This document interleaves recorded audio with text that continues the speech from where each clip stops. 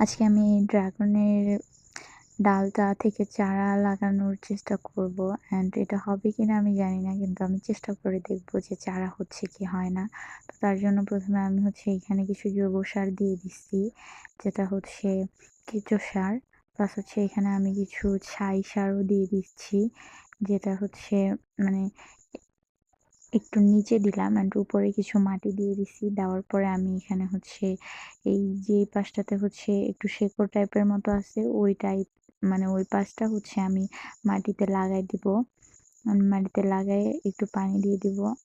আমি বেশ কয়েকটা YouTube ভিডিও দেখলাম, এভাবেই লাগাইছে। তো আমি সেজন্য এভাবেই লাগায় রাখলাম।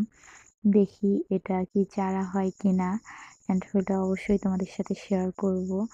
আর সবাই দোয়া কইরো যেন আমার এই গাছটা থেকে মানে ডালটা থেকে চারা হয়ে যায়।